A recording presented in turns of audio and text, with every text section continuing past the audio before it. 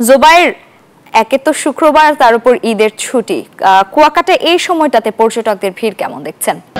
ঈদের পঞ্চম দিনে কুয়াকাটা সমুদ্র সৈকতে হাজার হাজার পর্যটকদের পদচারণা রয়েছে। আজ শুক্রবারের কারণে গতকালের তুলনায় আজ পর্যটক সমাগম বেশি থাকবে বলে আমাদের হোটেল মোটেল কর্তৃপক্ষ জানিয়েছেন। ইতিমধ্যে কিন্তু আমরা দেখতে পাচ্ছি সৈকত এলাকা জুড়ে রয়েছে হাজার হাজার মানুষের পদচারণা। বিশেষ করে এখান থেকে লাল কাঁকড়ার যে চরটিতে রয়েছে ওখানে লাল কাঁকড়ার ছোটাছুটি, খুনসুটি, এর সাথে শিশুরা খেলা করছেন, বিভিন্ন নানা বয়সী মানুষ সেখানে যাচ্ছেন, লাল কাঁকড়া যে আনন্দ দিচ্ছে সে আনন্দ উপভোগ করছেন। এবং সৈকতের যে আশ্রে পড়া ঢেউ, এই ঢেউয়ের দিকে তাকালে যে মনে হয় যেন কোনো চিত্রশিল্পীর অঙ্কন করা।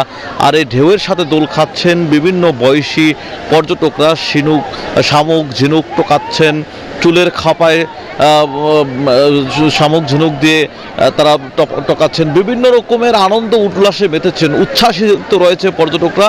সৈকতে যদি তাকান দেখবেন যে মানুষ উচ্ছ্বাস করছে, আনন্দ করছে। গত কয়েকদিন ধরে কিন্তু এই উচ্ছ্বাসের নগরীতে পরিণত হয়েছে কুয়াকাটা সমুদ্র সৈকত। এই সৈকতের 32 কিলোমিটার এলাকা জুড়ে রয়েছে কিন্তু পর্যটকদের সমাগম। সকাল সন্ধ্যা এখানে পর্যটকরা থাকেন। বিশেষ করে বেলা যত বাড়ে দুপুরের দিকে কিন্তু পর্যটক সমাগম সবচেয়ে বেশি থাকে এবং সন্ধ্যার সময় যখন সূর্যাস্ত যায় তখন কিন্তু ব্যাপক সংখ্যক পর্যটকদের সমাগম থাকে। ইতিমধ্যে হোটেল মোটেলের সকল সিট বুকিং হয়ে গেছে। অনেকে হোটেলে সিট না পেয়ে কমিউনিটি ট্যুরিজমের সাপোর্ট নিচ্ছেন। হোটেলগুলোতে ভাড়া বেশি নিচ্ছেন বলে অভিযোগ উঠেছে। খাবার হোটেলের বিল বেশি নেওয়া হচ্ছে খাবার রেস্তোরাঁগুলোতে, এমনটাই অভিযোগ করছেন পর্যটকরা। আমরা অনেক হোটেল মোটেল কর্তৃপক্ষের সাথে কথা বলেছি, তারা অভিযোগ অস্বীকার করে বলেছেন যে বিগত দিনগুলোতে তারা ডিসকাউন্ট দিত, এখন ডিসকাউন্ট না দেওয়ার কারণে তাদের বিরুদ্ধে এমন অভিযোগ করা হচ্ছে বলে তারা জানিয়েছেন। তবে প্রশাসনের তেমন কোনো তৎপরতা দেখা যাচ্ছে না। এখানে কোনো মোবাইল টিম আমাদের এখনও পর্যন্ত চোখ পড়েনি, কোনো প্রশাসনের কোনো মোবাইল টিম এখনও পর্যন্ত আমাদের চোখে পড়েনি।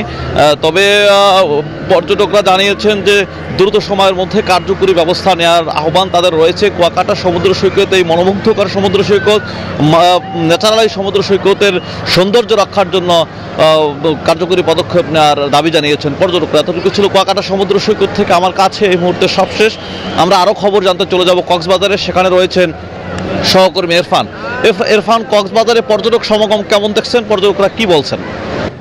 ধন্যবাদ জোবায়ের আপনাকে। আপনি জানাচ্ছিলেন কুয়াকাটার কথা, আপনার কাছে শুনছিলাম। আসলে কক্সবাজারেও ঠিক তেমনটাই। কক্সবাজার সৈকতের নগরী, এখানে আসলে আজকে শুক্রবার, এই যে ঈদের যে টানা 9 দিনের ছুটি, আজকে শুক্রবারকে কেন্দ্র করে আসলে যথেষ্ট পরিমাণ পর্যটকে মুখর রয়েছে কক্সবাজার সৈকত। বিশেষ করে সৈকতের, আমি এখন যে জায়গাটিতে আছি সৈকতের লাবণী পয়েন্ট, এই লাবণী পয়েন্টে আসলে আজকে সকাল থেকে একেবারে ভোরের আলো উঁকি দেওয়ার সাথে সাথে পর্যটকরা নামতে শুরু করে এবং এখানে আজকে বেশ উষ্ণতা এবং তীব্র গরমের কারণে আসলে অনেকেই সৈকতে এখন পর্যন্ত আসেননি। তবে একটু পরে যখন জোয়ার শুরু হবে তখন আসলে সৈকত কানায় কানায় পরিপূর্ণ হয়ে যাবে।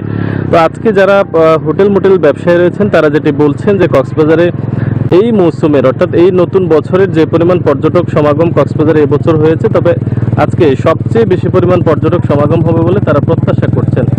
কক্সবাজারের টানা 9 দিনের ছুটিতে আজকে যে শুক্রবার এবং আগামীকালকে শনিবার, এই 2 দিন আসলে কক্সবাজারে চাপ থাকবে। তবে আমরা কথা বলেছিলাম হোটেল মোটেল মালিকদের সাথে, এখানে আস্তে আস্তে অনেককেই দেখেছি যারা হোটেলে রুম না পেয়ে এখানে কিটকোট ছাতাতে বসে অবস্থান নিয়েছেন এবং হোটেলে রুম না পেয়ে অনেকে রাস্তায় ঘুরতে দেখা গেছে। তো হোটেল মোটেলের যারা মালিক রয়েছেন তারা বলছেন কক্সবাজারে আজকে প্রায় 100% রুম বুকিং থাকার মতো একটি ধারণা তারা করছেন এবং প্রায় লক্ষাধিক পর্যটক সমাগম হওয়ার প্রত্যাশা তারা করছেন।